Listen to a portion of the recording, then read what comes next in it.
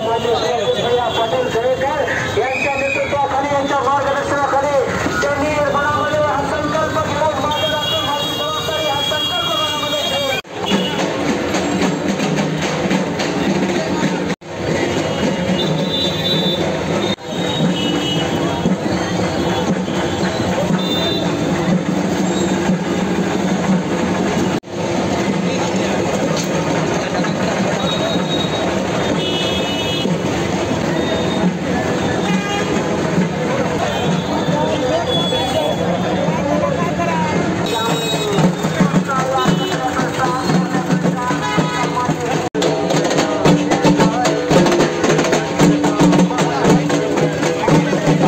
उद्देश असा आहे की सणासुदीचे दिवस आहेत.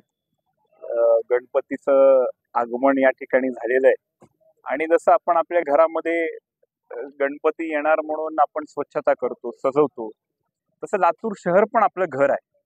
आणि मग त्या हिशोबाने आपलं लातूर शहर सध्या कसं आहे, घाणीचं साम्राज्य आहे, कचऱ्याचे ढिग आहेत. आणि मग अशा वातावरणामध्ये गणपती लातूर शहरात कसे येतील असा प्रश्न आहे. आता लक्ष्मी येणार आहेत. आपल्या इथं सरस्वती मातेचा आशीर्वाद आहे. आपल्या इथं आपल्या लातूरला विद्येचं माहेरघर म्हटलं जातं. आता लक्ष्मी येणार आहेत. लक्ष्मी कशी नांदेल आपल्या लातूर शहरामध्ये असल्या अस्वच्छतेच्या वातावरणामध्ये? आणि म्हणून आम्हाला वाटलं की आता आम्ही सगळंच केलंय.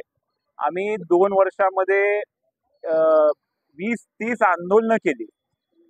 गांधी चौकामध्ये त्या ठिकाणी अन्नत्याग आंदोलन केलं. महापालिकेच्या दारामध्ये कचरा टाकला. सगळ्यांना निवेदन देऊन पाहिली. पण जैसे ते आहे, प्रत्येक वर्षी आपण गणपतींचं स्वागत कचऱ्यामध्ये जर करत असू तर ह्याच्यापेक्षा दुर्दैव आहे. आणि जर इथल्या आमदारांची भूमिका जर अशी असेल, कारण ते आता सध्या संविधानिक पदावरती एकमेव व्यक्ती आहे लातूर शहरातले जे आहेत, आणि म्हणून त्यांची जबाबदारी असल्या कारणानं म्हणतोय की जर त्यांना असं वाटत असेल की 2 वर्षापासून आपली सगळी जनता कचऱ्यामध्येच सगळे सण साजरा करते, मग ह्याच्यापेक्षा वाईट काय आहे? आम्हाला वाटलं आता बोलून काय फायदा राहिलेला नाहीये. आपणच आता रस्त्यावरती उतरावं, आपणच स्वच्छता करावी आणि हीच गणरायांना आरती असणार आहे. म्हणून मी सगळ्याच गणेश मंडळांना, सगळ्या नागरिकांना विनंती करतो, आता आपण राम भरोसे, आता पर्याय राहिला नाही.